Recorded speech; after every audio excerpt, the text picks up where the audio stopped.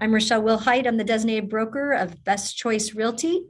And tonight we are going to tackle two concepts. Some of you may want to learn about a little bit about commercial. So I'm going to go over the CEBA or the commercial form for finance. In addition to that, we're going to cover a bit more intermediate level of understanding the 22A or the finance contingency. So that will probably take up our entire 30 minutes just going over those two addenda. So if you have questions, just like before in other meetings, go ahead and send something through the chat, and then Shannon can respond to the chat or ask the question at the appropriate time. So we'll go ahead and mute the lines at this time.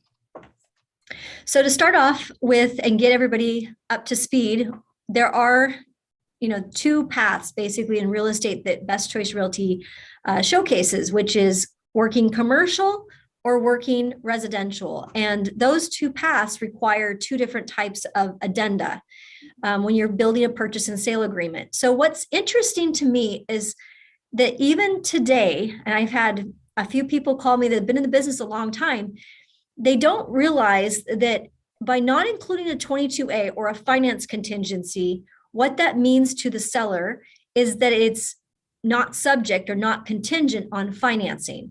And maybe that's something that's confusing because in CEBA or in the commercial MLS or in the commercial purchase and sale agreement, it already addresses that in the commercial purchase and sale agreement, in the main contract itself. It says very clearly on the first page of CEBA or on the commercial MLS purchase and sale, it says whether you're paying cash or whether you're obtaining financing. So it alerts the seller because of that. On the residential purchase and sale agreement, there is not a way for it to identify whether they're paying cash or financing. You just have to know your forms on the Washington State purchase and sale. So I thought it would be important or valuable to go over the CEBA form just so you can understand the differences. And this is where a lot of consultation needs to take place. And so if I train you guys from the commercial standpoint, my hope is that you'll translate that over into your residential business and do a better job when consulting with your buyer about whether to use a contingency or not. Sometimes it might make sense not to use a financing contingency and the buyer is willing to risk their earnest money. If that's the case, you might want to think about how you're structuring your offer when you're writing up a residential purchase and sale. So clearly, if you get to this point with CEBA, or again, I'm talking about commercial now, you have indicated on your purchase and sale agreement that your client is looking at having a financing addendum. So you have some choices here on the CEBA finance addendum. This would be, in residential, it'd be like using a 22A. You have boxes that you have to check. So when you're talking about with your client about getting financing, you want to probably get that lender on board as well, or discuss how they're planning on financing, because certainly they're not paying cash when you get to this point with CEBA. So if they're not paying cash, they've got some options here. You can either get new financing, which would be box number 1. Shannon would just check the box on number 1 right there. And that would be where I would involve that lender to discuss what would the terms need to be in order for us to have a valid financing contingency. And what we'd need to know from our lender would be how much money are they putting down? What would be the loan amount? And what would be the interest rate up to that not to exceed? All of that goes in the CEBA finance form right here. It also talks about having this contingency begin or commence after you get done with the feasibility contingency. So it's 5 days that we promise to make application after the feasibility contingency. That's when this contingency would take place. So that in essence is very similar to the residential in the sense that in residential, we have 5 days to make application once we get mutual, not when we have removed our finance or inspection contingency or our feasibility contingency. So that was the most important change or the difference between the two forms. The other options that you guys have when you're working on commercial is the assumption of assuming what the seller has as far as their financing. Some of those types of loans can be assumable, and that we rarely uncover in residential, but it does happen quite a bit in commercial when you're structuring how you're going to write this up. And the third option that you have when working with commercial is whether or not the seller will help you in financing. In essence, the seller would act as the mortgage, the lender or the mortgager. It would help you in maybe paying for a portion. Maybe your client can only finance or has cash for 50% down, and you'll need the seller to carry. Don't go too fast, Shannon. That and it's probably a lot of information you're gonna have to know is how do you want to structure the payments? When is the payoff going to be? What is the interest rate going to be? All of these things are in the CEBA purchase and sale for payment terms. So when you compare the finance contingency of the 22A to the commercial, you've got a lot more ways to structure the financing for a buyer, where in residential purchase and sale agreement right now, there's not very many ways. You either have a financing contingency or you don't. You either, there's very rare of an occurrence where you're going to have the seller carry or do payment terms. However, we have seen a few of those come through in the last year. But when I say a few, I mean a few. There's not very many payment terms that are negotiated in a market like we're in right now. But just realize that CEBA, you have these options as far as how you structure your financing and whether the seller will carry. If you are having the seller finance portion of your residential, you have to use a completely different addendum. That's not a 22A, although you might be using a 22A if a portion of it is financed. But if you're asking the seller to finance a portion or all of the sales price or the loan amount, you will need to use a 22C. 22C is in cat rather than a 22A. So that's how you do payment terms with residential. It's not as common though as either you have a finance contingency or you do not.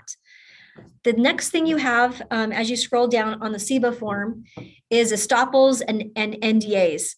Those would be things that we have to make sure that the lender was on board with if it comes to estoppels, meaning they usually have leases or they have other things to contend with. And so those have to be done properly when using the CEBA finance contingency.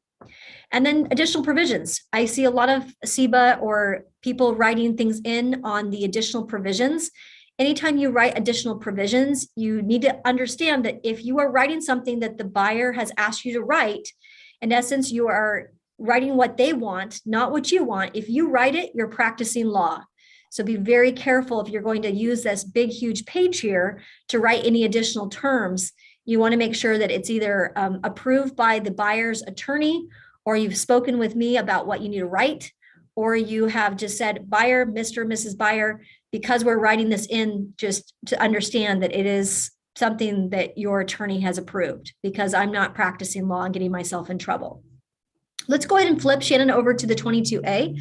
So commercial finance contingency, pretty straightforward. You just need to know the loan amount. You need to know the interest rate. You have to probably speak with that lender about how they're going to structure it, or have some knowledge about how the buyer is needing it financed. Kind of moving over into residential, you don't need as much information in order to have a finance contingency. You really should have had a conversation with the lender to find out what type of loan, or have received a pre-approval letter. But the most important part, and what I usually train on number 1A, fill in based on the pre-approval letter, but you probably want to make sure, and you've had a conversation with that lender. And if you look at line 11, it's the most important part. It's the shopping clause. I call it the shopping clause because they have to pay the application fee. They have to make their credit needs to be checked. They have to go through the process of with that pre-approved lender. Some of those letters are not done right. They haven't checked the credit, or they've maybe just only spoken with your buyer about the financing, but they have not actually made application. This contract or this contingency allows the buyer to make application within 5 days and provide that seller, potentially, if we got mutual acceptance. Maybe I decided to start with Bank of America, and then after talking with Shannon, because Shannon's my agent, maybe Shannon said, maybe I should get my loan maybe shopped. Maybe I should have another opinion on my loan type. As long as I'm not changing my conventional to FHA, because that's what I got mutual on, it still allows me 5 days to make application with whatever lender I choose without having to get permission from the seller to make that change. Many people ask me this, Rochelle, am I locked into using this lender? and maybe I double apped. Maybe because of the way that the market is, I decided I wanted to go with Bank of America. And then when I spoke with a online lender, they were able to save me a whole point in my closing costs, or they were able to make sure that my appraisal was going to be ordered, or maybe I'm able to put more money down because they're giving me some sort of credit. It does allow for you to make application with another lender or double app within that 5-day period of time without getting seller's permission. It does not, in essence, waive your finance contingency when you do that. So that's an interesting section right there. If my buyer is locked in, so maybe I'm saying, Shannon, we're going to write an offer on this house that you're interested in, and we're up against multiple offers. Everybody else is financed as well. I know that we can get your house. We have a good shot at this if we tighten things down. If Shannon's going to use my preferred lender, and I'm not going to be shopping the interest rate or shopping the closing costs or shopping what I call the shopping clause in term 1A, I could cut that timeline down to 1 day. I mean, if she's already made application, what's the harm in making sure that seller understands that I am only going to take 1 day to make sure that I'm locked in and I've got everything after mutual acceptance. So I often, when I write my purchase and sale agreements, I will often cut that timeline down if I know that buyer is locked in. Once we get mutual, that we can lock in on that interest rate, and they've already made application, they've already paid the application fee, provided the W-2s and the bank statements and all of that information to lender. Why are we keeping the 5 days? Sometimes you might want to cut that down depending on the negotiation that's going to take place with you, your client, the seller, and the lender. So just make sure that you understand that, because what happens is if you change lenders, and this happened to one of our brokers, actually on the listing side, it was one of our listings where I just got done debating this with the buyer's agent. The buyer's agent attempted, I think we were 2 or 3 weeks into the process, a week away from closing, and they sent me over and sent our listing agent over a notice of loan denial, but they basically switched lenders on us, and they did not give us permission to do so. And that was after that shopping clause in term 1A. And what it says in B is if the buyer fails to make application, remember they didn't do that within that two-day period of time, or changes the lender or the loan type without the seller's permission, what it says here in section B is that they automatically waive. They automatically waive their financing contingency, and their earnest money becomes non-refundable. That's in essence a summary, very condensed version of what 1B says there. And there's a lot more that goes into that process as far as negotiating the release of the earnest money and involving me in that discussion and that process. But very clearly, the buyer breached the contract. Buyer breached the finance contingency in that instance, and we were able to retain a good portion of that earnest money. I wouldn't say we negotiate all of it, but it made a strong case that the buyer did not understand what they were doing when they made that. They automatically waived their finance contingency. There's a lot that goes into that, but like I said, it's when you get to finance contingency, there's a lot of gray area and a lot of situations that as a broker, I get to handle for you guys. But just as a buyer's agent, when you're writing this up, make sure you understand section 1A. That's the shopping clause that gives you some play on shopping your loan, but be very careful that you understand if that's the only thing you read on this form, understand how you automatically waive that finance contingency. And it's usually one of those 3 things. They fail to make application, they change their loan type, or they change their lender without getting seller permission after that period of time in section 1A. So as we go down to section 2, they did make this change back in March, I believe, of last year. And they gave us some options. So I see a lot of brokers just going with the 2A, which is what we always are used to doing. And I find that interesting because if I was representing the seller on 2A or 2B, it's like, which one do I want? Which is best for the buyer and which is best for the seller? Well, I'd say that what's best for the buyer is to obviously have the 21 days and have the contingency run the life of the escrow, which is what 2A is. That's kind of what we worked on before. 21 days after mutual acceptance, the seller would then have to give me a notice to perform. If I was representing the buyer, the seller would have to send me a notice 3 days after that period of time, and I would actually have to remove my contingency. If I do not remove the contingency, or the seller or the listing agent never sends me that 22AR notice, my contingency runs the life of the escrow. And if I'm unable to get financing after a good faith effort, then it's very, very possible and probable that the buyer is going to get their earnest money returned to them. So I find this very interesting when I see listing agents not counter this point, because they start calling me on day 22 saying, this buyer's appraiser didn't get the appraisal ordered on time. The buyer's making some requests that are kind of outside of the normal requests. I'm having to deal with all kinds of challenges. And I start to look back at the beginning of when this contract was mutual. And I said, why didn't you counter them? Why didn't you, when you had the opportunity, why didn't you represent your seller? Because honestly, 2B is better for the seller. It automatically waives that financing contingency at that period of time and does not allow for that seller to, seller doesn't have to send any notice. It's just automatically waived. So this does not mean that you're automatically waiving your finance contingency. It just means that you're automatically waiving after that 21-day period of time. So the buyer does not have to, the seller does not have to give notice to the buyer. The buyer can give notice that they are unable to obtain financing, and then the earnest money is refunded to them. So you really want to look at that 2B and really ask yourself and your seller, how long is that buyer need to get the appraisal done, to basically go through the process of getting the loan approval done, to get those loan documents at escrow so that you can perform and you can close on the place. Many lenders are just waiting on the sidelines right now, already underwriting approved, already ready to go. They can fast track the appraisal. I've seen buyers and the buyers write up 14-day. I've seen some of our deals get accepted with 10-day. That means that it's automatically waived after that period of time. So you can have a little bit more negotiation if you kind of play with some of these things, but make sure that your lender is on board with these timelines, because they're the ones that are having to give that buyer the bad news that says, Rochelle, gosh, you tightened that down to 10 days and I have not even got the appraisal back yet. So make sure you have a conversation with your buyer if you're representing the buyers on 2B. But if you're a seller, why are you not countering? Why are you not changing this? If you have everything, if you have 5 financed offers and one is a B and one is an A, the financed offer that has the B is actually in your best interest rather than the A. And if you can get them to switch that, it makes your paperwork process a lot easier. And it shows that your client is much more serious if you use the automatic waiver of financing. Let's go to the next one. Oh, before I do this, I get this asked a lot. Will or will not? Which one is better for my client?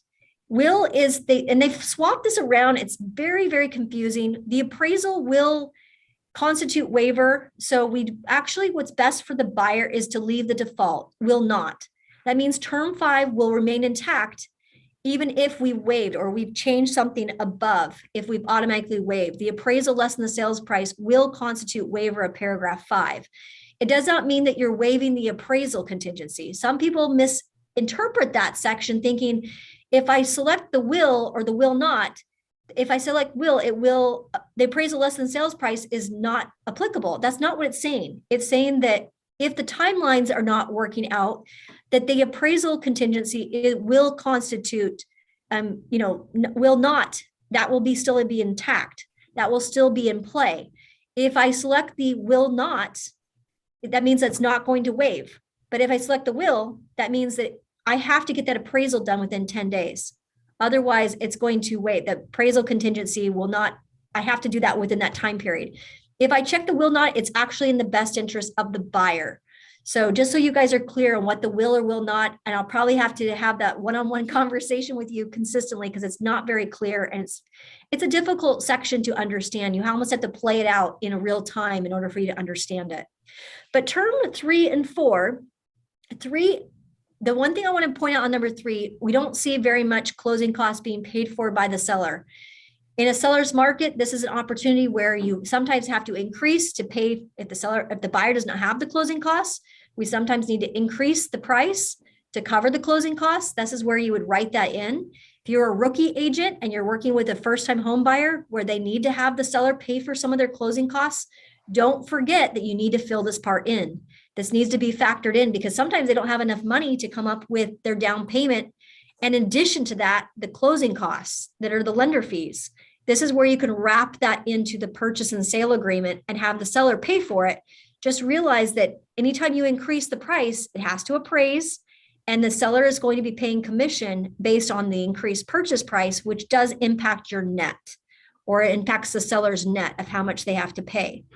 The other thing that's important to note is on line 50, if you're working with a VA buyer, the buyer shall pay the share of the escrow fee. You may need to consider checking that box. If you're competing, let's say you're up against an FHA or conventional buyer, you have a VA buyer, you probably want to get the buyer on board with checking that box. In this type of marketplace, it's extremely essential that you go ahead and have them come up with their share of the escrow fee. The number 4, I wish they'd move this earnest money up, because this is what happens. I have to direct a lot of buyers agents and sellers agents attention to number 4 when I'm having to negotiate a release of the earnest money. It's very important to understand that even though you may have breached or your seller is trying to keep part of the earnest money when a financing issue unravels and it gets to be very heated between the parties, I have to draw their attention, and we basically read this earnest money. We have to have, in order for us to keep a buyer's earnest money, if the buyer has in essence breached the contract, we sometimes as listing agents or as representing sellers, we will often ask for proof. We won't just automatically release the earnest money to a buyer. We sometimes will need to see proof that the date of the application is correct and that the buyer possessed the funds that were relied upon in section 1, that the buyer was not lying. There have been times where the buyer said, yeah, I've got 10% to put down. And really, in fact, they only had 5% to put down. And that would be a breach. So that would mean their earnest money would become the property of the sellers. So oftentimes the buyer, a good listing agent or a good listing broker will ask for more information. If the buyer is claiming that they're sending over the notice of loan denial, we're just not going to just give them back their money. I will often ask for more information to confirm that they did follow the instructions on section 1A and 1B, that they indeed did not automatically waive. And so that does take some time. It's not automatically that they get their earnest money returned to them because of this term number 4, where it says that the earnest money shall be refunded to the buyer after the lender confirms in writing that they've made application, that they possess the sufficient funds, and that the buyer was unable to obtain financing after a good faith effort. If the seller terminates the agreement, let's say we didn't have enough runway, the earnest money is automatically given back to the buyer. So that happens oftentimes too, where we didn't provide enough time and the seller is wanting to go a different direction. The earnest money just has to be given back to the buyer in that instance.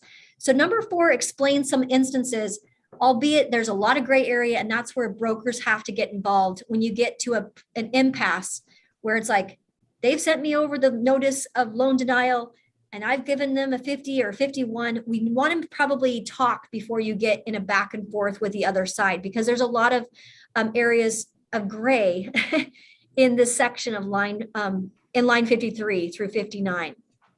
If the appraisal, let's say in this instance, your buyer's like, Rochelle, I want to have a finance contingency, but my buyer does not want to have appraisal contingency.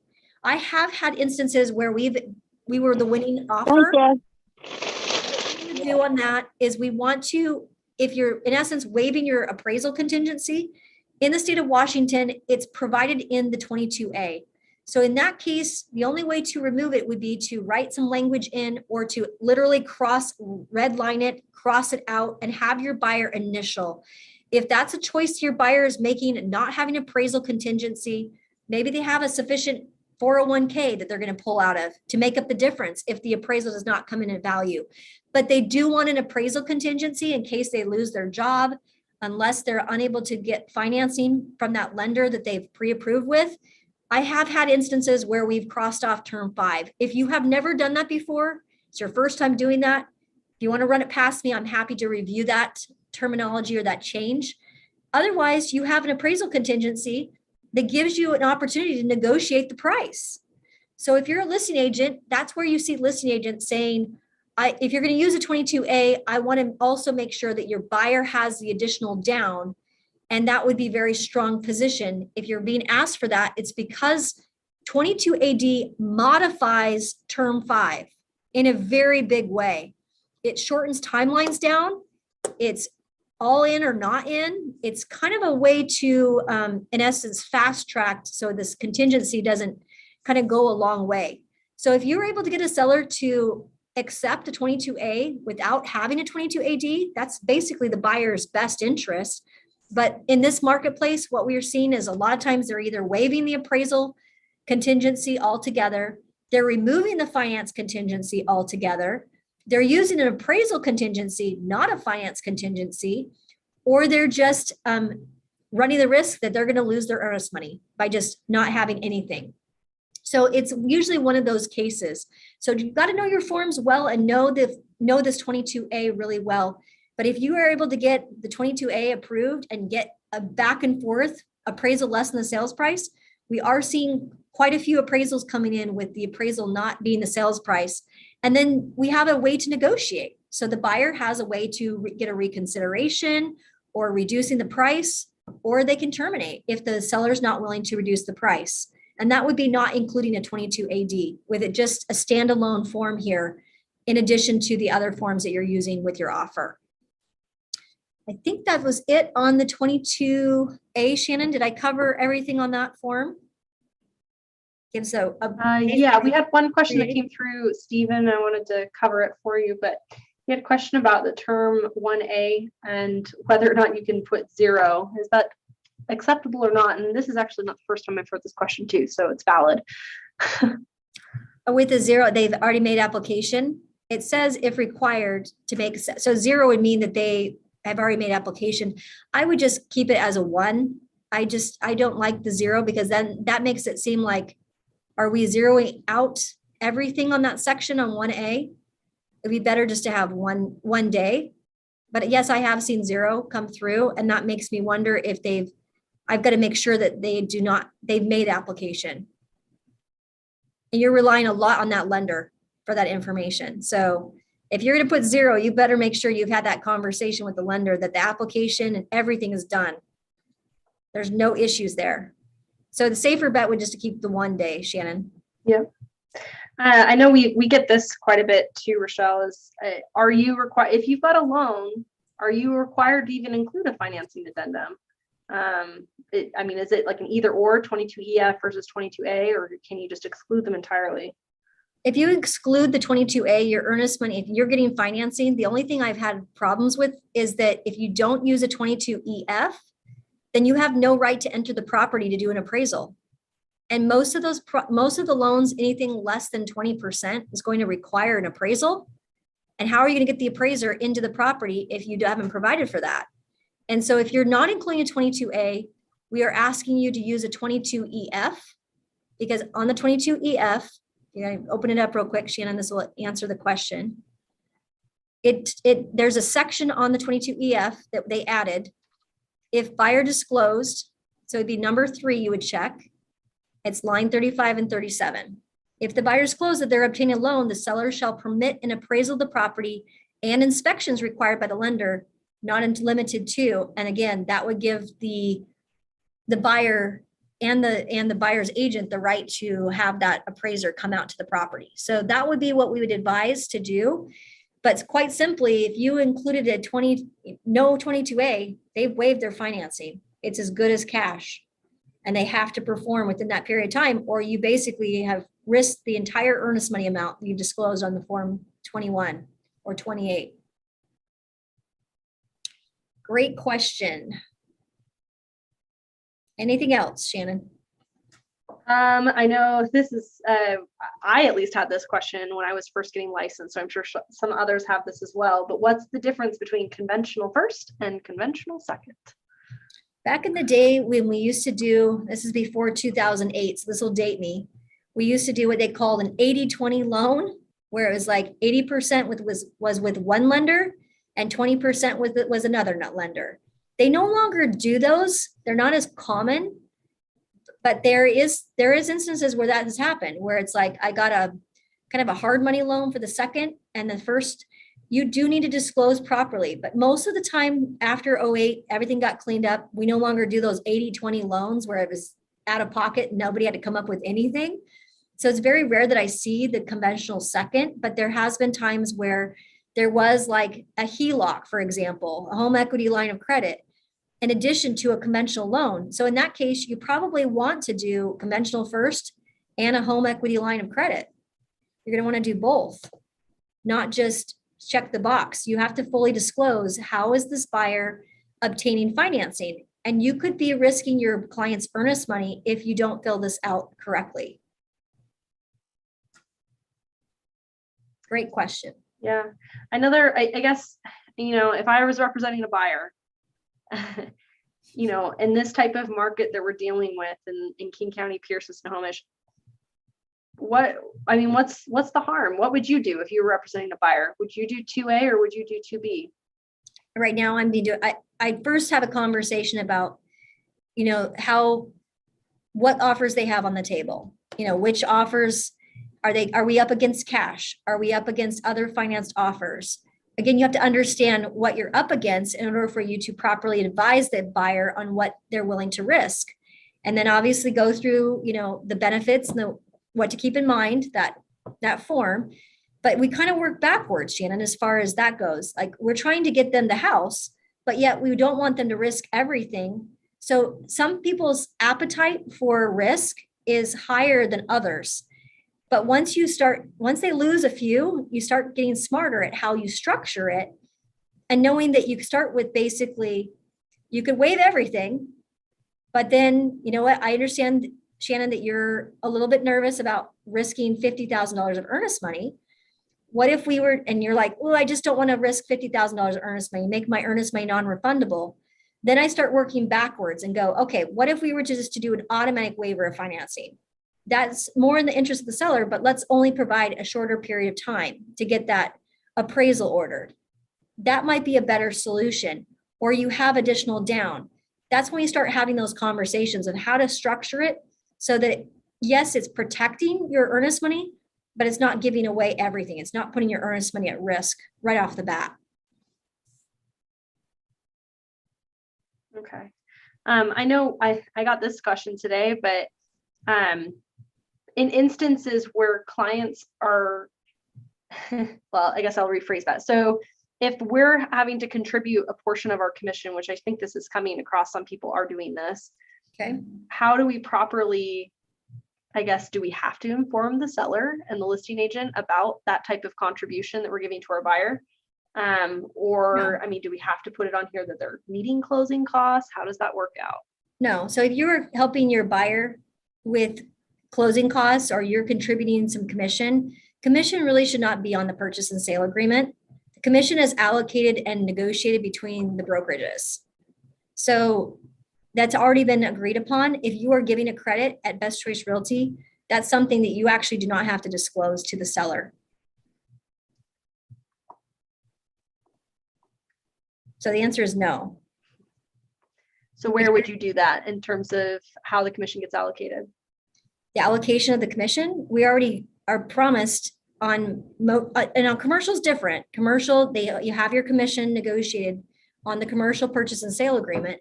But if you're doing a commission credit to help somebody with their closing costs, like that first-time home buyer we talked about earlier, that would not be negotiated on the purchase and sale agreement. That would be taken up with Best Choice Realty, and you would do that with a commission disbursement form.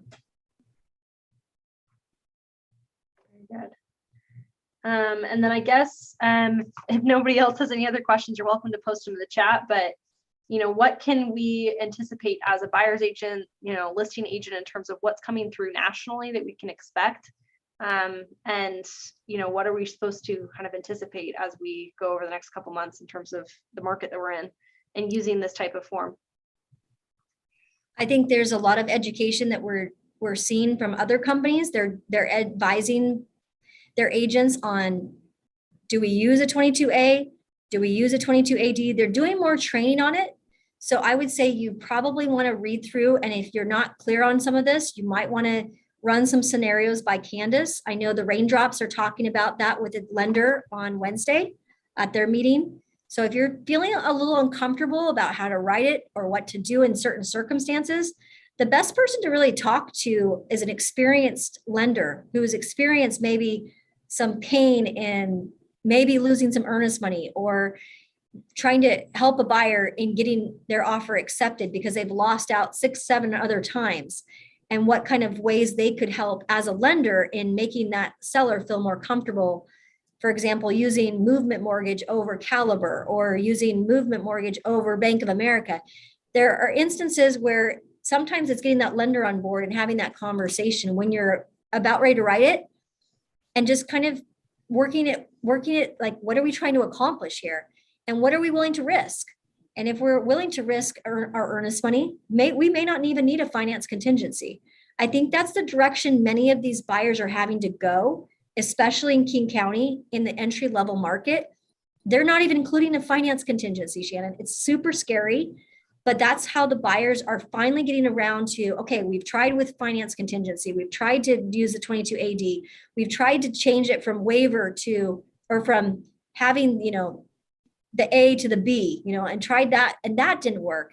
And so they had to pull all the stops. And so you kind of work your way through that process with the buyer. And if you know your forms, or where you can go as far as their risk tolerance, you'll have a better chance at getting them accepted right off the bat, rather than maybe having to go through 3 or 4, maybe 6 or 7 properties before you get them comfortable with how you can negotiate some of the terms here.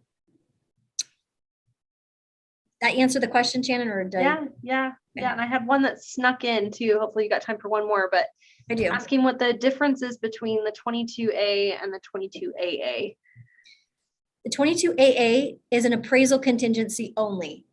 A 22A includes an appraisal contingency. So in essence, I would use a 22AA with somebody who's solid on financing. They've already made application. They're underwritten, approved. They are very comfortable with their job. They've got great credit. Why do you need a finance contingency if all of those things are what you're concerned about? Shannon, you've been working at Best Choice for almost 10 years, you told me. So and your credit is good, and you've given the lender all of their, your W-2s, your husband's W-2s, you've made application. All you need is an appraisal. The question then is, are you comfortable waiving the finance contingency, but maybe you're not comfortable about the appraisal? Maybe that's the only part that we need to get clarity on. And if that's the case, why are we using a 22A? We might want to just use a 22AA and then provide a 22AD and negotiate if the appraisal does not come in at the valuation, how much money you're willing to risk. Does that make sense? Yeah.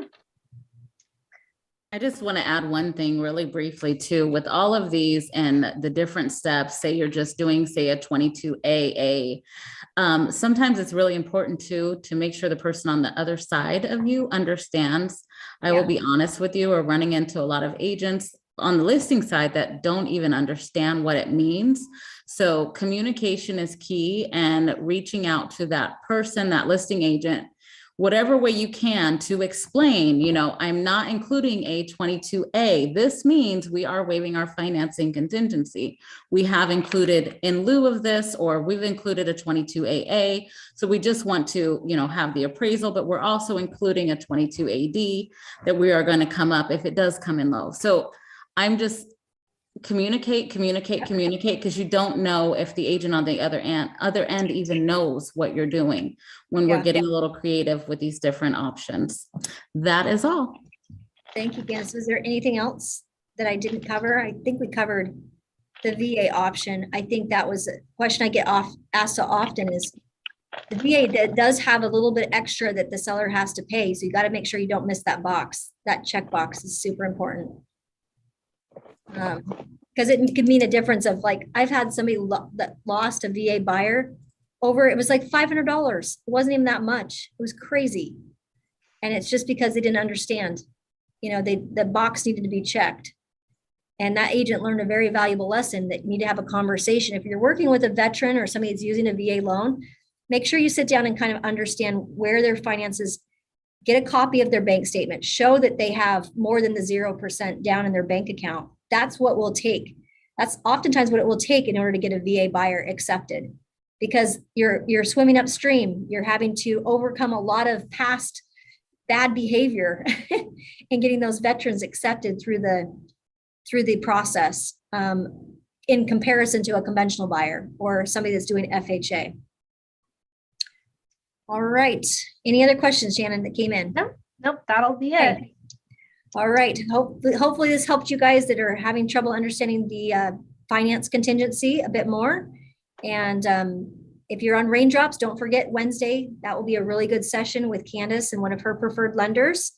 I think you'll get a lot of good information for those of you who are new to the business. Those of you who are not new and you're just out there, I feel your pain.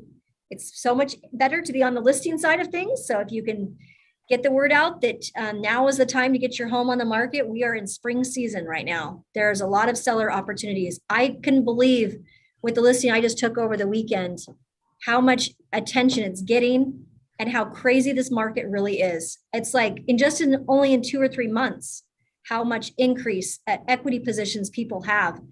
This is the time to do it. Don't let your sellers sit there and wait around. I think it's time to sell in many of the areas we work, and they just need to hear from you. So see if you can play on the other side. That will be a lot less stressful if instead of working with a finance contingency. You can at least counter, just that would be my only word of caution, is counter the buyers. If they come to you with a 22A, you have some opportunity to call the shots right now. So take it. Get us some more listings out there. Candace, thank you very much for your input. Shannon, thank you so much for hosting. I appreciate that. You guys have a great week, and we'll talk to you next Monday.